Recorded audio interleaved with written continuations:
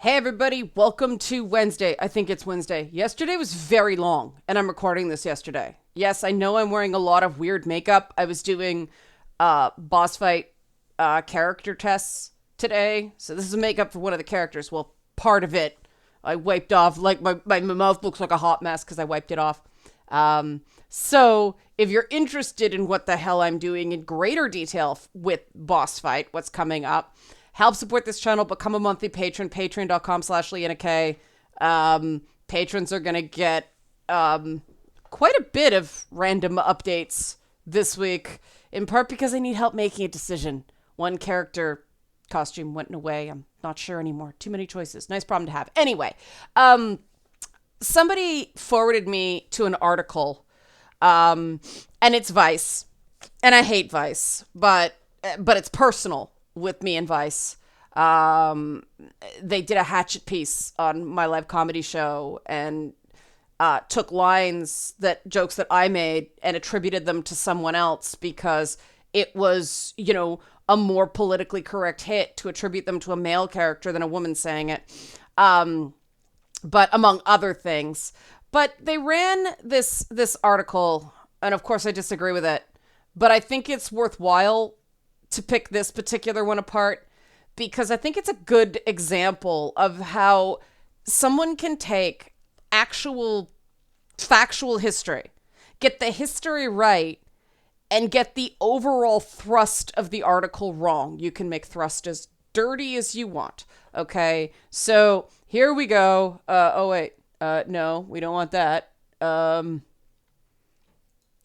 There we go. So I'm fixing it. Give me a second. Here we go. So here we go. How games marketing invented toxic gamer culture. Huh? Bear with me. There is truth to the idea.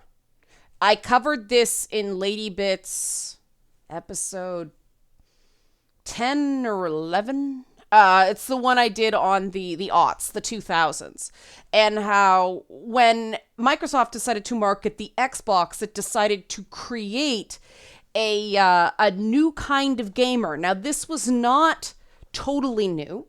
Sega did that when they brought out a competing console to Nintendo. Some of you are too young to remember the Sega Nintendo war, but Sega was the console with better graphics for more mature gamers, and it was the one where Mortal Kombat had the blood in it. So there was a sort of different types of people bought different systems depending on what they were interested in and what sort of identity piece they were connecting to. But what Xbox did was tried to pivot from gamers being nerds to gamers being the jocks that somehow managed to get to college even though they were a bunch of dumbasses. So it went from like Nintendo was for kids and Sega was for high schoolers. Sega was long gone by this point because it was PlayStation versus Nintendo. But Xbox was for like the cool guys who didn't want to play those Japanese games on the PlayStation, right? And so it was this big honking console with this big honking controller. I mean, the whole thing was just stupid. It's funny because the first games I ended up playing on Xbox were Fable and Crimson Skies. Halo did not bring me into the Xbox. I didn't give a crap about a Doom clone. But Fable is like interesting. And Crimson Skies, I miss that franchise. I wish it would come back. Like, turn it into like an action adventure with flying instead of vehicles. It would be amazing. It's such a cool IP. But this idea that games marketing invented toxic gamer culture, like I said, it cites the correct history but gets it backwards. How early marketing campaigns for online gaming platforms suggested toxicity isn't a bug, it's a feature. No, it's a bug. It's a bug in the system. There is a difference between aggression and toxicity, okay? These game marketers were marketing aggression, big balls, as a friend of mine calls it, big dick energy, right? Now, It starts with Xbox's community standards. I did not know that this was the line that sucked, get good, then come back when your KD's over 1, kill death ratio. That's okay by Microsoft. You suck, get out of my country. Maybe they'll let you back in when your KD's over 1. I think we can understand why 1 is in a very different category than the other. We can all understand this, right? Like what country someone's in has nothing to do with how they play. Their ethnicity or ethnic identity has nothing to do with whether they are a good gamer or a not good gamer. See also gender, sexual orientation, and so on and so forth, right? We all know this line. And this is the core problem with this take that Vice did here. Nothing in the marketing that they're showing as an example of how they created toxic gamer culture crosses that line that Microsoft has set. What happened, in my opinion, was that it went from good-natured trash talk to a bunch of 12 through 14-year-old douchebags trying to one-up each other with offensiveness to the point that anybody with a brain went, this is just dirty words, there's no art to it. But then when it really got bad, and I think that the time it really went, people are like, all right, this isn't fun anymore, and things pulled way back, was when it wasn't one person trashing you. It was 500 on social media. 500 if you're lucky. 500 an hour if you were me during the summer and fall of 2014. That has nothing to do with games and everything to do with social media culture. And it's the same thing within gamer culture. There was a crossover. It's really hard to tell where gamer culture ends and like greater online culture begins. I guess when it stops being about video games. But there are certain toxic elements of the internet that fused with gaming trash talk to make this whole new level where it's really not fun for anyone anymore. Like the issue with actual toxic behavior. Good trash talk, there's an art to it. But the problem with actual toxic gaming behavior, and what I will define toxic behavior as, because people use this without defining it. This is my definition. I'm not saying you're going to find it if you Google it. To me, toxic behavior it's a poison in the system. So toxic behavior makes the experience of playing games less fun. That's why it's toxic, right? That's why it's not just aggressive. It is a poison that makes the community sick. It actually takes the fun and either takes it away completely for some people or significantly lessens it. Because let's face it, we all put up with toxicity. Trash talk among our friends adds to the fun, right? Actual toxic behavior, we're actually seeing people get hurt. That takes the fun away for everybody. It's very hard to sit there and watch someone get humiliated by this massive pack of wild internet dogs. That's the nicest thing I can call them. And feeling like you can't do anything. That bothers every person with a soul who is watching that. And the funny thing is that Vice is part of that culture. Vice is part of the culture that just shames and swarms somebody. Like, Vice doesn't just cover things. Vice at times seeks to destroy a person or persons. And I'm not saying that Vice hasn't done some really good investigative pieces. They have. But they do cross the line a lot. And so Vice should sort of address its own toxicity before it tries to, pawn off responsibility for that on video games, just saying. But here's some of the ads they say a marketing department created toxic gaming culture, okay? And I'll show you what's wrong with this. Okay, here's one, okay? Screen name, VOD number 5 said he wanted to meet me so he could see the face of failure. Okay. Why I don't understand the ad other than, okay, one could argue that's a decent candidate for the face of failure because, dude, I'm so stoned is usually the face of failure, at least for that day. But this wasn't something a marketing campaign created. This was an attempt for a marketing department to snapshot what was already going on, which kind of predated Xbox Live. I'll have you know, not kind of, it did. It comes from the days where you put your quarter down in the coin-op machine where you're playing like Street Fighter or even Mortal Kombat or like even that Teenage Mutant Ninja Turtles four-player game, and you like trash the person right next to you unless they were a kid, and then you hope somebody wasn't that big of an asshole because then they look super stupid when the kid beat them. But this was already this is trash talk that happens in competitive sports, especially on the professional level. It happens as part of competition.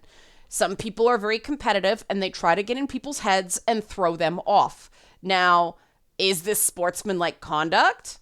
We can have a debate about that, but this was not created by the marketing campaign. I think what the marketing campaign did is kind of sweetened around the edges with, oh, the keyboard, and like there's like, oh, I think that's a VCR. Oh, he's gotten a lava lamp. Like this, I guess, made you cool at some point other than a creeper. But this guy clearly has like his own apartment. He's got like a guitar in the background and all that stuff. So like this is a cool guy, right? So you can imagine that cool guys are, being called the face of failure on Xbox Live. So you can imagine that you're that cool guy being trash talked by some 14-year-old on Xbox Live because you're cool, and cool people are on the Xbox. The cool dudes who have the man caves in like the cool studio apartment with a keyboard and electric guitar, that was what Xbox was doing with this campaign. The whole idea of, the people saying you were the face of failure on PlayStation were not as cool. They're the ones that played those Japanese games, right? Like, that's what it was. It was wanting jocks' money with a side of xenophobia. It had nothing to do with creating toxicity. I mean, they... Sorry, this seems so innocent now. Another 2002 ad asks, does ruining someone's day make you do the dance of joy? A promotional video from the same era features a player sneering into her headset, "You guys are so pathetic. You chafe my ass." That seems so innocent now, doesn't it? Sony was in on the act too. A 2002 ad hyping the debut of the PlayStation 2's online functionality encouraged players to reach out and smoke someone, while highlighting the ability to trash talk opponents as an essential feature of the new service. Okay. A woman saying, "You guys chafe my ass," to a bunch of guys will get you roasted because it sounds kind of sexual. For one, how do I know? Because stuff like this flies out of my mouth when I'm playing Doom on Twitch and everybody laughs. But none of this is, I guess, calling somebody pathetic might be considered not nice, but none of this crosses Xbox's line of going after somebody's immutable characteristics, right? So they're moving the goalposts of what is considered toxic behavior. Outside of it's all in good fun, everybody's in on it, to something that isn't that. They're blurring the lines between good-natured trash talks and truly toxic behavior to the point that I can't even define where their line is. And then they bring in, I shit you not, they bring in Leisure Suit Larry, okay, on the Sierra Network, Larryland, as if that's even in the same category. But they go on and, now they bring up Quake. Hold on. Did it start with the Xbox? Did it start in 2002? Or did it start in 1997 with Quake? And Player 2 feels the sting of raw metal parting his skin and fatty tissue. Player 2 hears the grinding of his sternum as a spike passes through with ease. Now, don't forget, this 1997 was the height of the 1990s mortal panic surrounding Doom and Mortal Kombat. And so they were trying to sort of fight the man with those comments circa 1997. But then the article totally shits the bed by bringing up John Romero's About to Make You His Bitch Daikatana ad in 1998. That was sort of mocked at the time. It was like, what are you doing? Over the line. So the fact that they brought that up as if it was considered a good thing at the time, instead of, oh, some people got what was going on. Some people got that John Romero was the guy behind Doom and Daikatana was a new game. But other people were like, what? I don't get it. That's just rude. Too far. Why are you making me your bitch, man? That was not considered a good campaign. That's actually one of the things that go down in history as a mistake in marketing. And if somebody actually knew the context of this historical dig, instead of just going through and cherry picking things that backed up their pre-existing thesis that games are bad in somehow, and they always have been bad, and here's proof. Then they add in some stuff that just an ad for Sonic Adventures. I shit you not, they went after Sonic. Sonic has a new Lightspeed dash. Too bad your lame ass reflexes are the same. All right. If you want to claim that us Gen Xers were nihilistic slackers who talk that way even to the people we liked, you'd be right. It was our coping mechanism, especially in the 90s. But Sonic the Hedgehog? And you're saying lame-ass reflexes are toxic? That's just a variation of get good. We can't use lame anymore because it's ableist. But, like, this is one of these things. And then, of course, they bring up fragile masculinity. I think, to me, this was the cheap shot. This paragraph was the cheap shot that tells you everything to know about where they were coming from with this. And this was the same reason that Vice went after my show and somehow eliminated me from the whole process because they were too busy trying to zero in on what they thought was low-hanging fruit.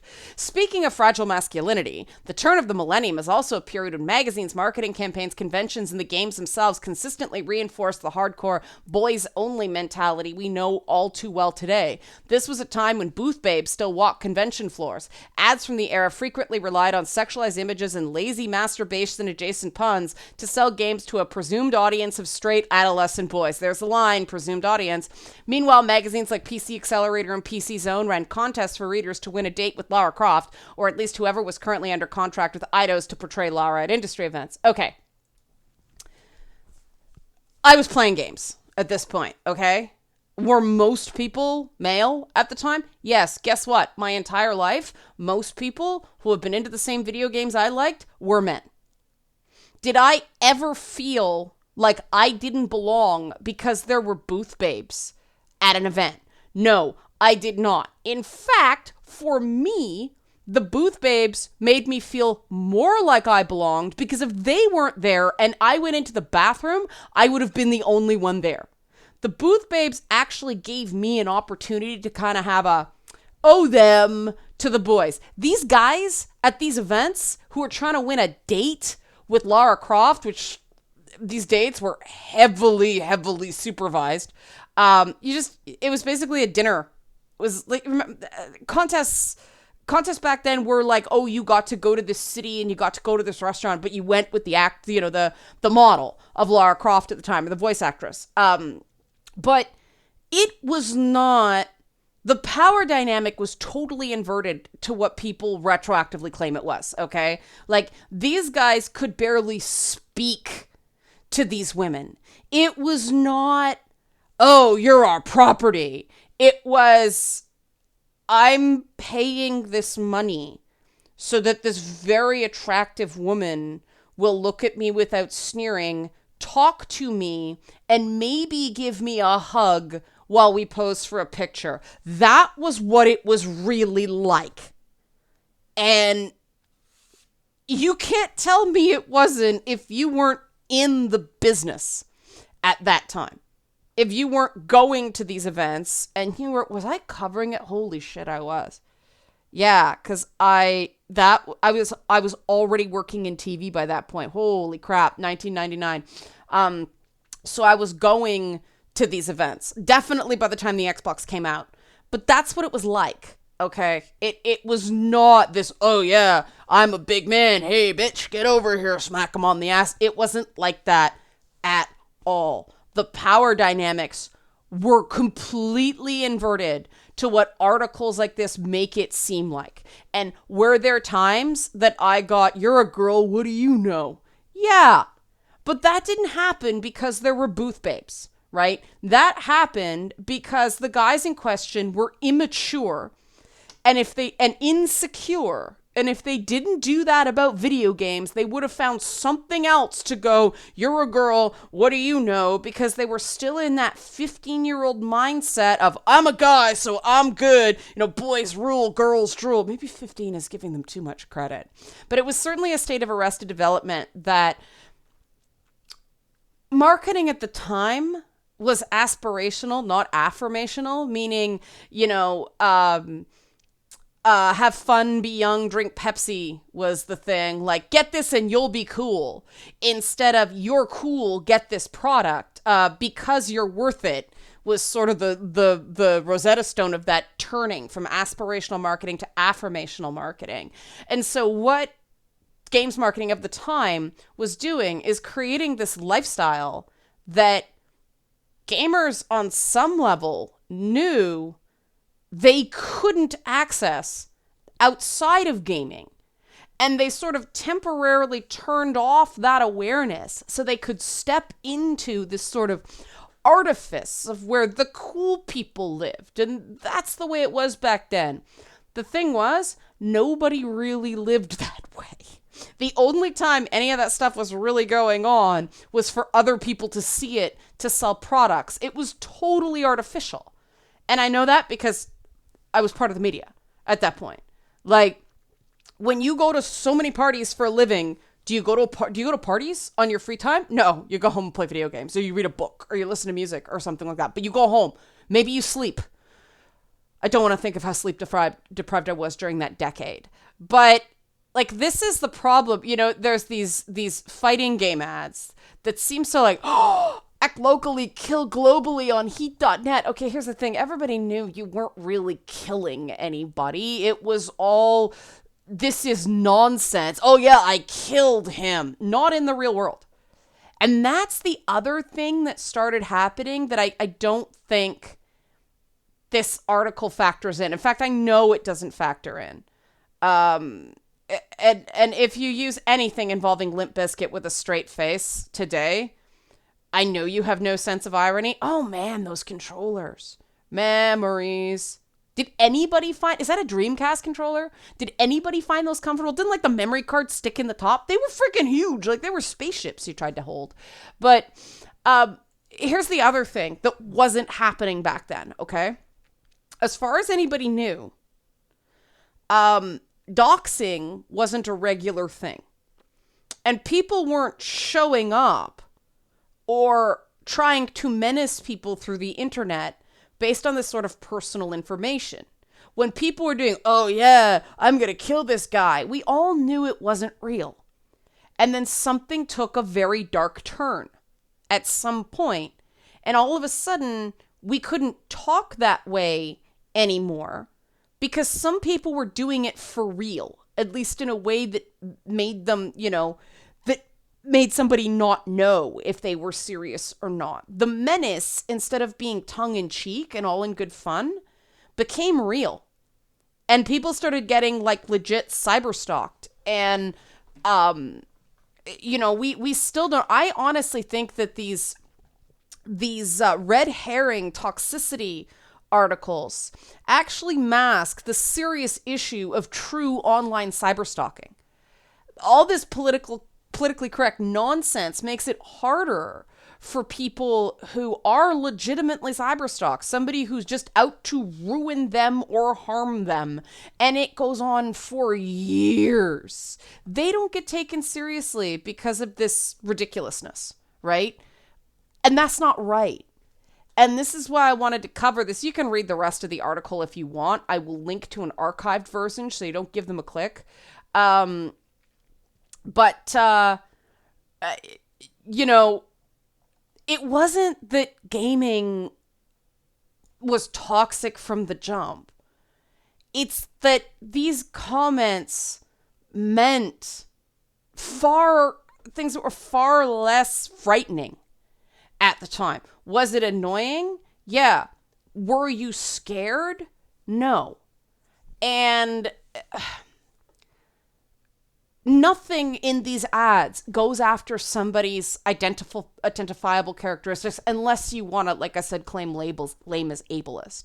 None of those ads violate Xbox's community standards today because they were basically get good, come back when your KD is over 1.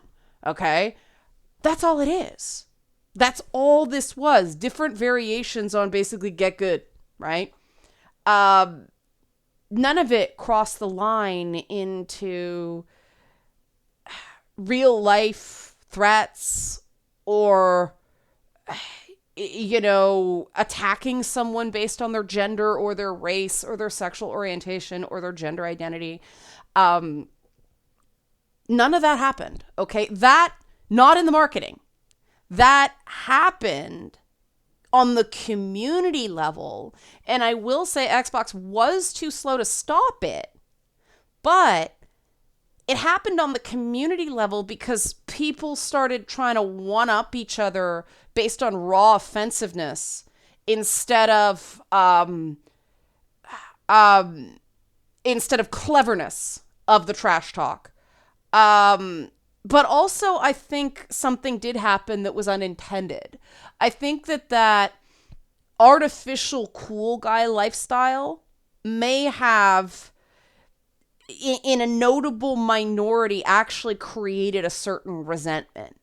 That instead of feeling like, they were getting closer than they ever would have otherwise, and or a really attractive woman said more words and got closer to you than anybody else than you would any other way, and thought, wow, that's cool, there's hope for me, a woman like this isn't automatically going to reject me. Instead of that, they started getting frustrated, and it just reminded them of what they didn't have, and it was like this anger cycle, and they're angrier and angrier and angrier. And, obviously there's a lot of other societal factors leading into that. But, and I admit, maybe you guys can help me out with this because a lot of you guys are way more aware of like the guy side of things than I am. Maybe you can help me understand where that shift took place. But what I'm here to say is that I lived through this decade. Because by gaming standards, I'm freaking old. I'm pretty cool for how old I am, but I'm freaking old. I remember all of console gaming history. Like, by gaming standards, I've been around a long time. There aren't that many people over 40 doing this kind of stuff. And there's certainly even less who got into it before there was money in it. But maybe we can figure this out. What happened? Like, when did that, if we all behave, pretty girls will talk to us and maybe give us a hug? When did that get wrecked? Or did it get wrecked first and then the animosity started? Or was it a bit of both? I'm interested in your comments. Because instead of just, trashing people for shits and giggles like Vice does because they have an agenda going in, I'm actually interested in learning another side to this. I know what it was like for me being a gamer in the 80s and 90s and late 70s technology and, but obviously my experience was not typical. So I'm interested in your perspective and where you think the shift happened. And like I said, if you want more, inside baseball boss fight content, if you want to know what's coming, if you want to see some really adorable previews, help support this channel, become a monthly patron, patreon.com/Leanna K. Thanks for watching.